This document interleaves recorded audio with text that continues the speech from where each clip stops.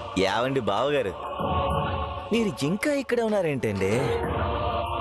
మీ వాళ్ళు వెళ్ళిపోయి చాలాసేపు అయింది. వెళ్ళి ఓదార్పు యాత్ర చేయండి. కొందరితో కొన్ని తేల్చుకోవాల్సినవి ఉన్నాయి. తేల్చుకున్నాక వెళ్తాను. తేల్చుకొని వెళ్తావా? రండి బాబు. బాబు సిద్ధం. ఏంటి బాబు, ఏంటిది? సిద్ధం, సిద్ధం,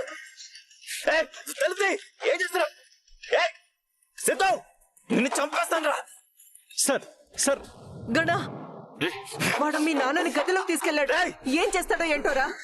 రేయ్ తలుపు తీయి. నిన్ను చంపేస్తాను రా. మా నాన్న ఏం చేస్తున్నావు? సిద్ధు ఈడు తెక్క కుదర్చడానికి తీసుకెళ్ళాడు. బాగైంది వీడికి. సార్ సార్ ఎవరు బాబు నువ్వు? అసలు మనిషివేనా? అసలు నీది ఓ బతికేనా? తెలిసినా తెలియదు అని చెప్పడానికి నీకు సిగ్గనిపించట్లేదా? ఏ ఆగో, మాట్లాడుతున్నాను కదా. వీడికి ఒక్కసారి చెప్తే అర్థం కాదు.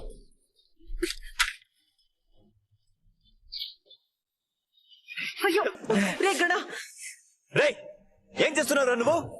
మీ నాన్న బంధాలనే కాదు, మేలు చేసిన వాళ్ళని కూడా మర్చిపోయినట్టున్నాడు. అందుకే గుర్తు చేస్తున్నాను.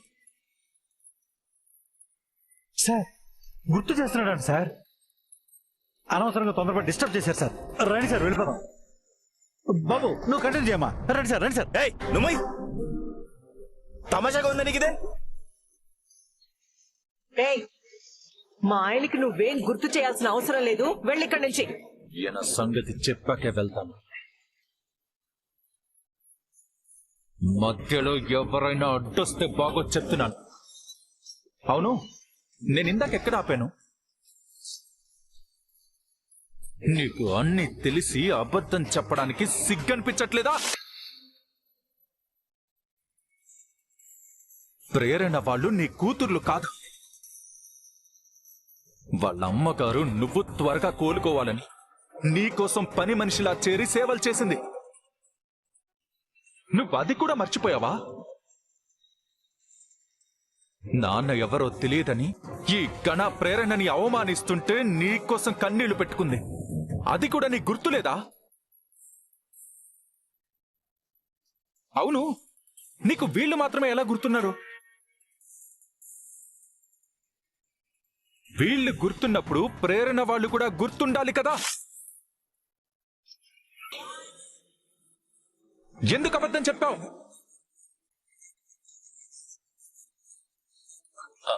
బాబు నేను నిజమే చెప్తున్నాను. నువ్వు ఆ మాట అన్నందుకు ప్రేరణ నీ కాలర్ మాత్రమే పట్టుకుంది.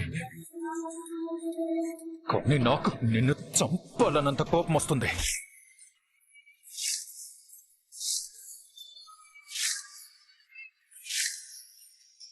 కానీ ప్రేరణ వాళ్ళ నాన్నవి అన్న ఒకే ఒక్క కారణంతో నిన్నేం చేయట్లేదు.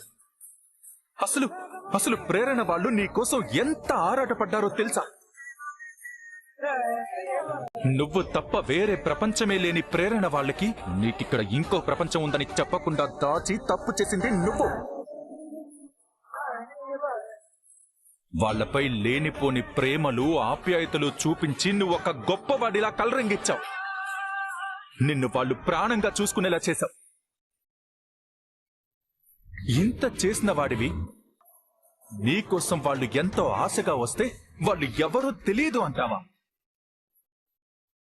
అసలు ఆ మాట అనడానికి నీకు మనసులా వచ్చింది?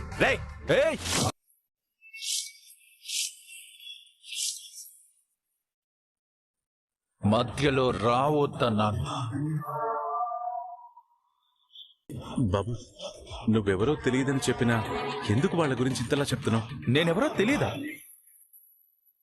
ఆ రోజు మీకు యాక్సిడెంట్ అయితే అయ్యో పాపమని తీసుకెళ్లి హాస్పిటల్లో జాయిన్ చేసింది నేనే సార్, నేనే.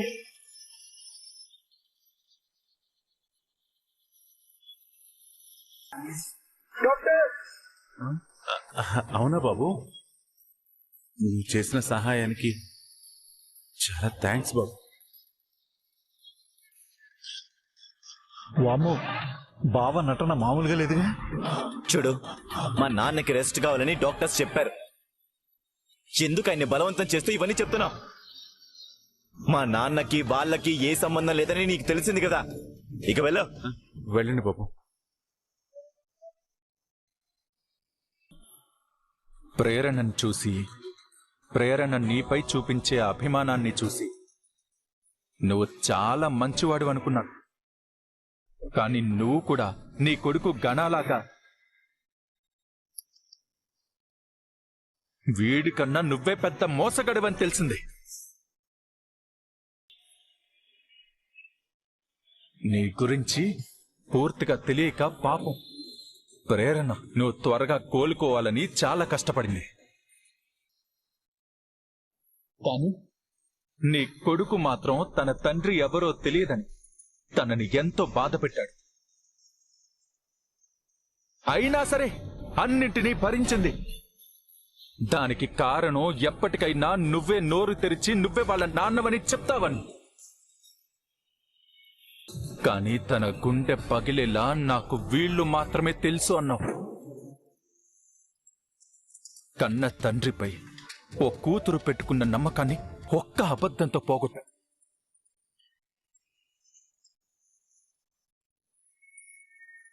నువ్వు వీడు ఒక్కటే అని నిరూపించుకున్నావు. ప్రేరణని బాధ పెట్టాలని మాత్రం చూడొద్దు. చూడు, కన్న తండ్రిగా నువ్వు కాదన్నా తనకి నేనండగా ఉంటాను.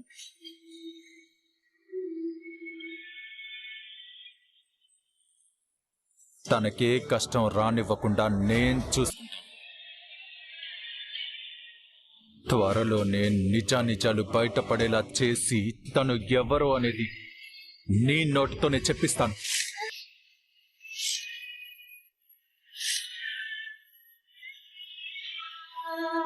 వస్తా.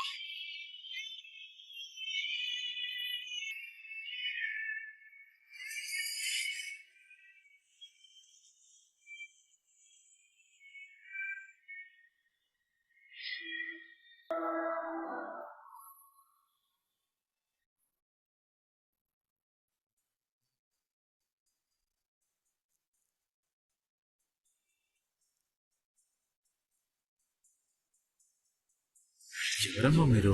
మీరెవరో నాకు తెలీదమ్మా.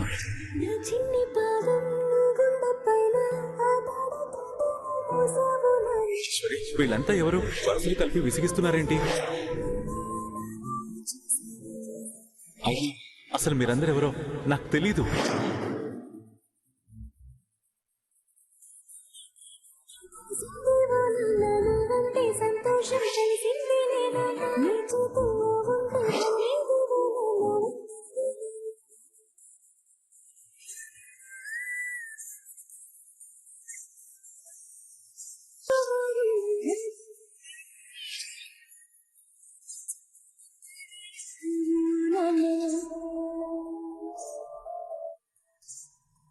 నాకున్నది ఒకే భార్య, తనే ఈశ్వరి. నాకున్నది ఒక్కడే కొడుకు, గణ.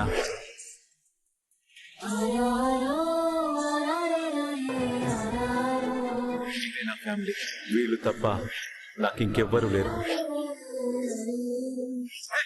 ఏం చెప్పాలి? నువ్వు నా కూతురువి కాదు, తను నా భార్య కాదు.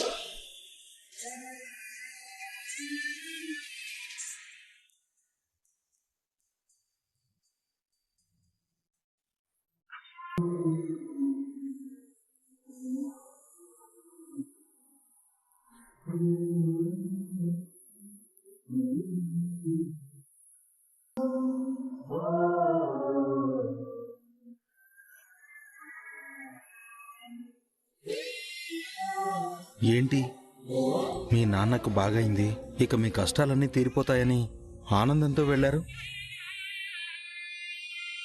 మరి మీ నాన్నతో కలిసి వస్తానన్నారు కదా, ఏమైంది? ఎందుకు అలా ఉన్నారు?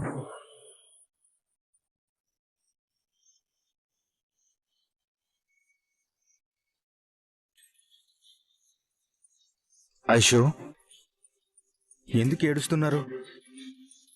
ఏమైంది?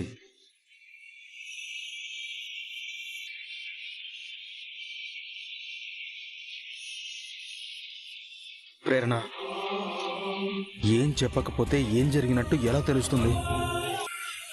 అసలేమైంది? ఇంతకీ మీ నాన్నని కలిసారా? మీ నాన్న ఏమన్నారు? నిన్నే ప్రేరణ, మీ నాన్న ఏమన్నారు? మేమెవరో తెలియదన్నారు.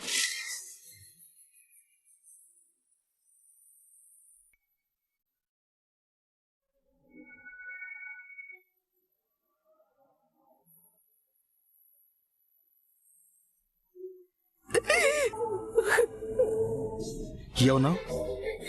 మీరు విన్నది నిజమే.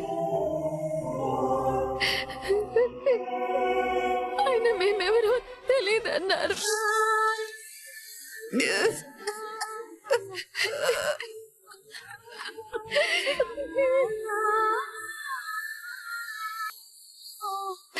మేమెవరో పరిచయం లేని వాళ్ళలా మమ్మల్ని చూశారు.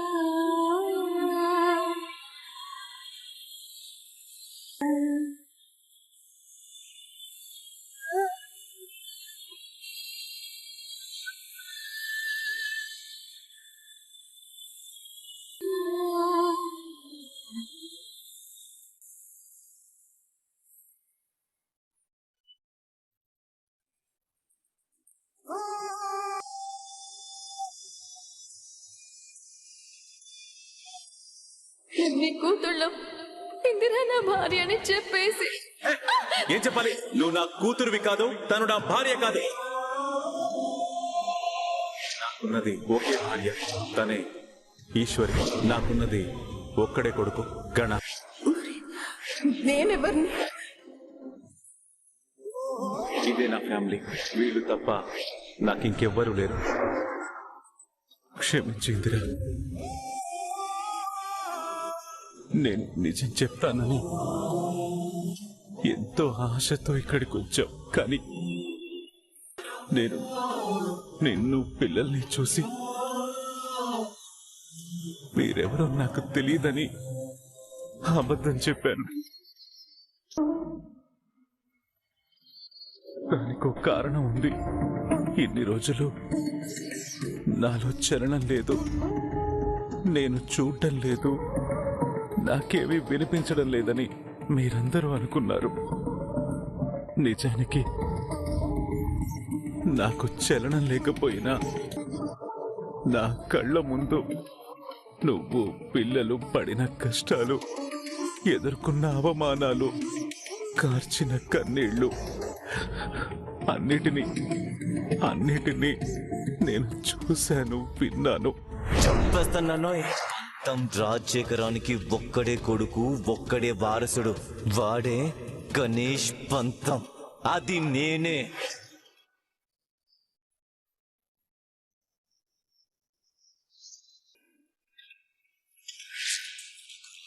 పులిపాలు కాకూడదు అంటే నువ్వు పోతేనే ఆ దరిద్రం కూడా పోతుంది. ఎంత ధైర్యమే నీకు? నా పక్కన నిలబడే అర్హత కూడా లేదు నీకు. అలాంటి నన్ను పేరు పెట్టి పిలుస్తావా? నిజం తెలిసిపోయింది కాబట్టి మా నాన్నని నీ భర్తగా ఫీల్ అవుతున్నావా? అయినా అన్నిటినీ మౌనంగా భరించారు. నేను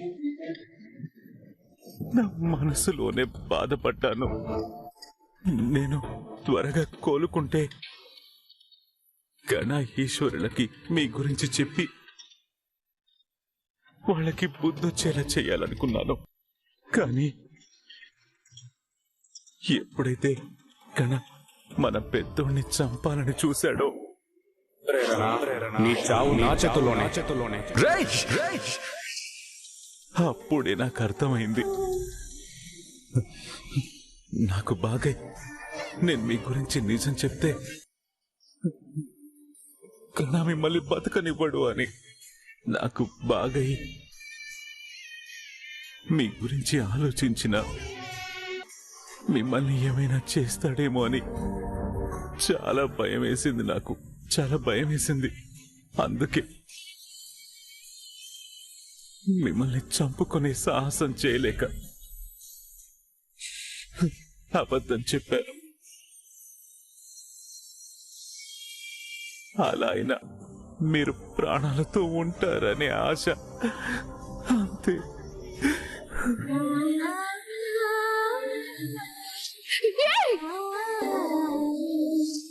రే పెద్దోడా,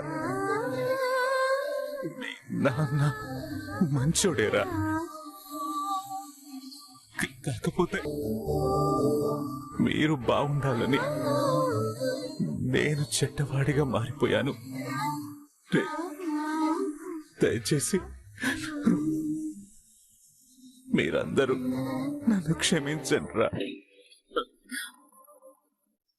వీలైతే ఈ నాన్నని అర్థం చేసుకోవడానికి ప్రయత్నించండి రా, ప్రయత్నించండి.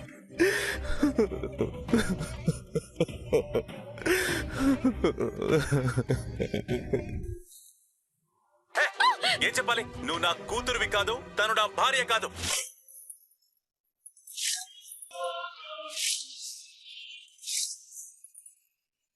నాకున్నది ఒకే భార్య, తనే ఈశ్వరి. నాకున్నది ఒక్కడే కొడుకు, గణ.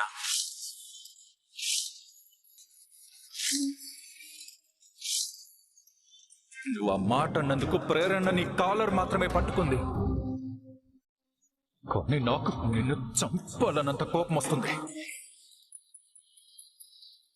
ఇప్పటికైనా మీకు అర్థమైందా ఎవరు అక్రమమో ఎవరు సక్రమమో? నేను చెప్పిందంతా అబద్ధమని, ప్రేరణ చెప్పిందే నిజమని మీ అబ్బాయి కూడా మీతో చెప్పాడు కదా. అందుకే కదా మీరు నన్ను ఇంకా దోషిలా చూస్తున్నారు. కానీ అసలు దోషి నేను కాదు, ప్రేరణే అని ఇప్పటికన్నా మీకు తెలిసిందా? అయినా నాకెందుకు ఎక్కడో తేడా కొడుతుంది, నమ్మబుద్ధి కావట్లా. నేను చెప్తే నమ్మరని తెలిసే మీకు సాక్ష్యాలతో సహా చూపించడానికే ఈ వీడియో తీశాను. ఇన్ని రోజులు వాళ్ళు చెప్పిందంతా అబద్ధమని క్లియర్గా అర్థమైంది కదా. మరి ఇంకా మీకు ఎందుకు అనుమానం వస్తుంది? సర్లే, రాజశేఖరం మీ నాన్న అయితే ఇప్పుడేంటి? మీకొచ్చిన క్లారిటీ మీ అబ్బాయికి ఎందుకు రావడం లేదు? మధ్యలో మావాడి ప్రస్తావన ఎందుకు తీసుకొస్తున్నావు? ఎందుకంటే నాకు సంబంధించిన ప్రతి విషయంలో మీ వాడు జోక్యం చేసుకుంటున్నాడు. అది నాకు నచ్చట్లేదు. ఆ ప్రేరణ వాళ్ళు ఎలాంటి వాళ్ళో మీకు ఇంతకు ముందే చెప్పాను. వాళ్ళ నుంచి మీ అబ్బాయిని దూరంగా ఉండమని కూడా చెప్పాను. ఇదే విషయం నేను సిద్ధుకి కూడా చెప్పాను. అటు తను ఇటు మీరు ఎవరు నా మాట వినలేదు. ఆ ప్రేరణేమో న్యాయంగా నన్ను ఎదుర్కోలేక మీ వాణ్ణి రెచ్చగొట్టి నా పైన ఉసిగొలపాలని చూస్తోంది. నా పరువు తీయాలని చూస్తోంది. మా నాన్న ప్రేరణ వాళ్ళు ఎవరో తెలీదు అని నిజం చెప్పగానే మీ వాడు మా నాన్నని ఎలా బెదిరించాడో మీరే చూశారు కదా. అసలు మా నాన్నని బెదిరించడానికి మీ వాడెవడండి? ఏ ఆ మాత్రం బెదిరించడం నాకు చేత కదా? నేను తలుచుకుంటే మీ వాణ్ణి లోపలేయడం నాకు ఎంతసేపు. కానీ ఎందుకు ఆగుతున్నానో తెలుసా? మీరేంటో నాకు తెలుసు కాబట్టి. మీలాంటి పరువు గల కుటుంబంలో ఆ పరువు తక్కువ మనుషులు కలిస్తే నలుగురిలో తలదించుకోవాల్సి వస్తుంది. ఆ పరిస్థితి మీకు రాకూడదని మీతో చెప్పడానికి వచ్చాను. చికెనైనా మీ వాణ్ణి కాస్త జాగ్రత్తగా ఉండమని చెప్పండి. అసలే చావు అంచుల దాకా వెళ్ళొచ్చాడు. ఇంకా ప్రేరణతోనే ఉంటే ఈసారి నిజంగానే పైకి పోతాడు. ఆపుతావా? ఆపి. నేను ఆపుతానండి. మీ అబ్బాయిని కూడా మీరు ఆపుకోండి. లేదంటే ఆ ప్రేరణే మీ వాణ్ణి మీకు దూరం చేస్తుంది. జాగ్రత్తగా ఉండండి. మీ అబ్బాయిని జాగ్రత్తగా చూసుకోండి. రాజశేఖరం నిజం చెప్పాడా అబద్ధం చెప్పాడా?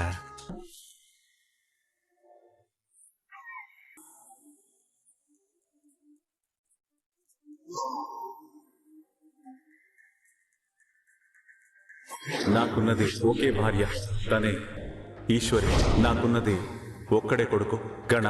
ఇదే నా ఫ్యామిలీ.